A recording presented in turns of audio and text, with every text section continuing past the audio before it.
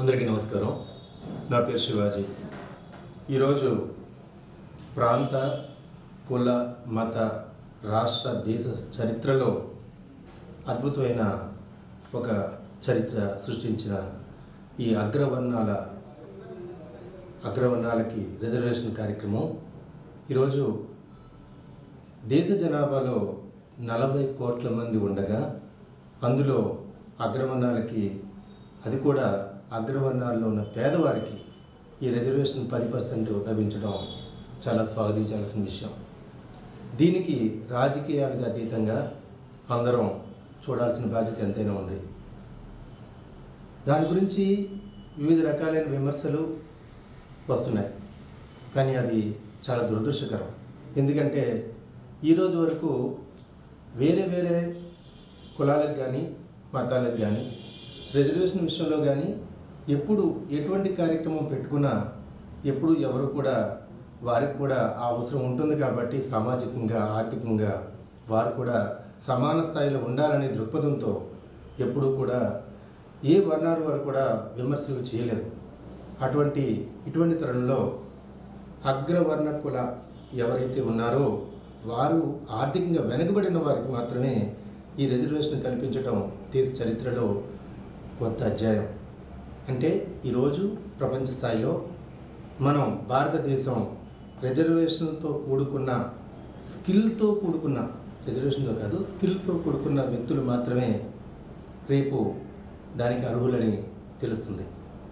అలాగే ప్రాంతాల వారీగా, రాష్ట్రాల వారీగా, కులాల వారీగా ఈరోజు రాజకీయాలు కానీ ఓట్లు వేసుకునే కులం వారికి సీట్లు ఇవ్వటం, అదేవిధంగా స్థానికంగా ఆర్థికంగా బాగా డబ్బు ఉన్న వారికి మాత్రమే సీట్లు ఇవ్వటం అనేది కూడా చాలా దురదృష్టకరం.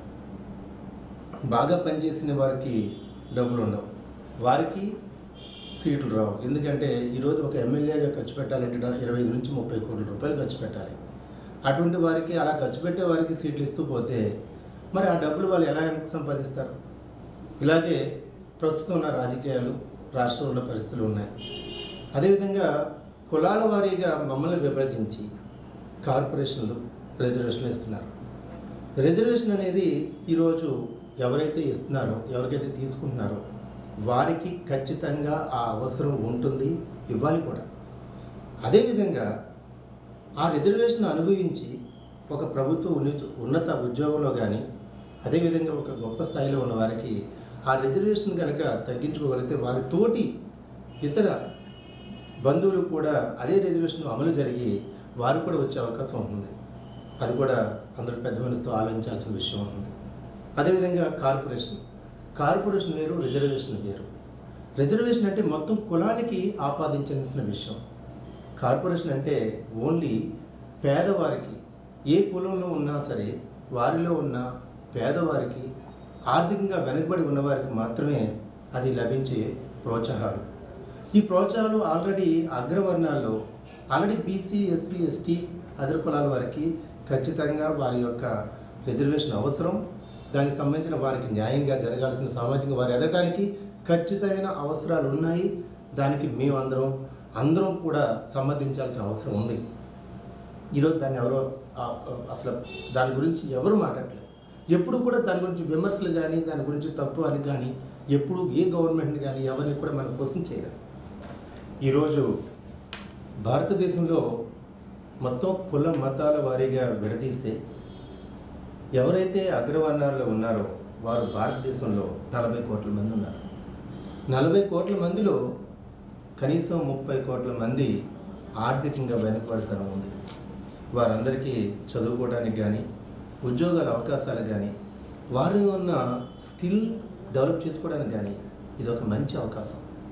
అలాగని ఎప్పుడైతే ఈరోజు 49.5% ఏదైతే రిజర్వేషన్ ఉందో వారి గౌరవానికి కానీ, వారి యొక్క ఉపాధికి కానీ, వారి యొక్క స్కిల్ కానీ ఎక్కడ ఏ విధంగా తగ్గించకుండా ఈబీసీ నుంచి ఏర్పాటు చేసిన ఇటువంటి రిజర్వేషన్ చాలా చాలా గొప్ప విషయం.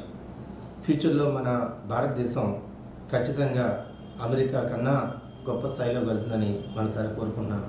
దయచేసి దేశంలో ఉన్న పెద్దలందరికీ ఎట్టి పరిస్థితుల్లో కూడా దీన్ని వేరే రాజకీయంగా చూడకుండా ఒక మంచి సదుద్దేశంతో చూడాలని కోరుకుంటున్నాను. అలాగే రాష్ట్రానికి వచ్చేసరికి మాది క్షత్రియ కార్పొరేషన్ సాధన సమితి గురించి గత 4-5 సంవత్సరాల నుంచి పోరాటం చేస్తున్నాం. క్షత్రియులు ఒకప్పుడు ఆర్థికంగా చాలా బాగుండేవారు, దాన ధర్మాలు చేశారు, అవన్నీ గతం. ఇప్పుడు ప్రస్తుతం మా ఓటింగ్ శాతం 1.8%, దగ్గర 7-8 లక్షల మంది రాష్ట్ర జనాభా క్షత్రియులు ఉన్నారు. ఈ రాష్ట్ర జనాభాలో మేము క్షత్రియులు అంటే ఒక గౌరవమైన స్థానం, ప్రతి కులం వారు మతం వారు మమ్మల్ని గౌరవంగా చూడటం అందరికీ తెలిసిందే. అదేవిధంగా మా యొక్క క్షత్రియుల్లో కూడా ఈరోజు ఫౌండేషన్ ద్వారా కానీ వేరే విధాల ద్వారా కానీ ఎంతోమందికి సేవలు అందించడం, అలాగే మంచి పేరు సంపాదించుకోవడానికి నలుగురికి ఉపయోగపడే కార్యక్రమాలు చేయడం తప్ప ఎప్పుడూ కూడా తక్కువగా ఎవరిని చూసిన సందర్భం లేదు. అలాగే అన్ని కులాలకి మతాల వరకు మేము దగ్గర అవ్వటం మా అదృష్టం. ఈరోజు రాష్ట్రంలో మా కులం వారు, మా క్షత్రియులు ఓట్లు ఏమున్నాయని చెప్పి చిన్న చూపు చూడటం అసలు బాగలేదు. అందువల్ల గత 6-7 నెలల నుంచి మాకు కూడా రిజర్వేషన్ లాంటిది కాకుండా కార్పొరేషన్ అనే ఒక సాధన సమితి గురించి మేము ఫైట్ చేయడం జరుగుతుంది. ముఖ్యంగా అందులో మా క్షత్రియుల్లో ఆర్థికంగా వెనకబడి ఉన్న వారికి మాత్రమే మేము అడుగుతున్నాం. రాష్ట్ర జనాభా 8 లక్షల క్షత్రియుల్లో మేము దగ్గర 4.5 లక్షల మంది క్షత్రియులు చాలా నిరుపేదలుగా ఉన్నారు.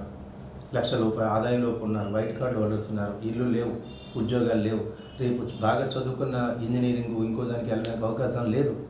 అటువంటి ఈ పరిస్థితుల్లో మమ్మల్ని ఓట్ల కోసం వాడుకునే మనుషులుగా కాకుండా దయచేసి మా క్షత్రియ కులంలో పేదల వారికి సహాయం అందించే విధంగా ప్రస్తుత ప్రభుత్వం కానీ రాబోయే ప్రభుత్వం కానీ ఎవరైనా ప్రతిపక్షాలు కానీ ఖచ్చితంగా దీన్ని దృష్టిలో పెట్టుకోవాల్సిందిగా మనస్ఫూర్తిగా కోరుకుంటున్నాం. ముఖ్యంగా ఈరోజు వైశ్య కార్పొరేషన్, కాపు కార్పొరేషన్, బ్రాహ్మణ కార్పొరేషన్ ఈరోజు కొత్తగా ఇచ్చినవండి, అవి ముందు నుంచి ఉన్నవి కావు. అలాగే ప్రస్తుతం ఏ రిజర్వేషన్ ఎవరికైతే ఉందో వాళ్ళు కూడా ఏ విధమైన నష్టం కలగకుండా, వారికి కూడా అదే హక్కులతోనే అదే విధంగా ఎక్కడ ఇబ్బంది కలగకుండా మా క్షత్రియుల్లో కూడా పేదవారికి మాత్రం ఈ కార్పొరేషన్ మనసుగా కోరుతున్నాం. ముఖ్యంగా ఈబీసీ అని రెడ్డివారు, కమ్మవారు, వెలమవారు, క్షత్రియులు ఈరోజు మేము ఈ విధమైన బెనిఫిట్స్ లేకుండా పేదవారు ఉన్న మా దాంట్లో వారికి ఎటువంటి ప్రభుత్వం నుంచి కానీ ఏ విధంగా సహాయ సహకారాలు అందించట్లేదు. అదేవిధంగా వీఆర్ ఆల్సో ట్యాక్స్ పేయర్స్. మేము అడిగేది మా ఆర్థిక అసమానతలు తగ్గించి వారికి కూడా సరైన న్యాయం చేయమని అడుగుతున్నాం. ఓసీలో మిగతా కులాల వారికి కూడా ఇదే నా మనవి. మీరందరూ కూడా దీని గురించి ముందుకు వచ్చి ఖచ్చితంగా ఈ లక్ష్యాన్ని సాధించడానికి మీ వంతు సహాయం కూడా మాకు కావాలి. మీరందరూ కూడా కలిసి వస్తే అందరం కలిసి ఎవరికి వారు, ఎవరి విధానాలకు వారు ఈ కార్పొరేషన్ అనేది ఒక విధానం వల్ల మనలో ఉన్న ఆర్థికంగా వెనకబడి ఉన్న మన వారందరికీ సరైన న్యాయం జరుగుతుందని కోరుకుంటున్నాం. ముఖ్యంగా ఈ ఫిబ్రవరి 3వ తారీఖున క్షత్రియ సంకారం అని మేము విజయవాడ కేంద్రంగా మేము పెట్టడం జరుగుతుంది.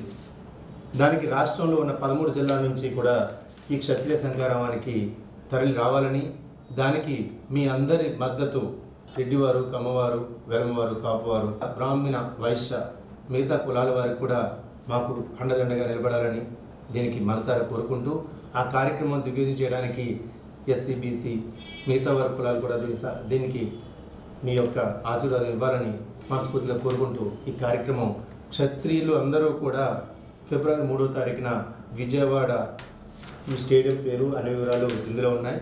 దానికి ఖచ్చితంగా మీరు అందరూ వచ్చి ఆ రోజు ఆ శంకరావాన్ని విజయవంతం చేయాలని కోరుకుంటూ ఈ క్షత్రియ కార్పొరేషన్ సాధన సమితి నుంచి మీ అందరి సహకారం కావాలని మనస్ఫూర్తి కోరుకుంటూ సెలవు తీసుకున్నాను.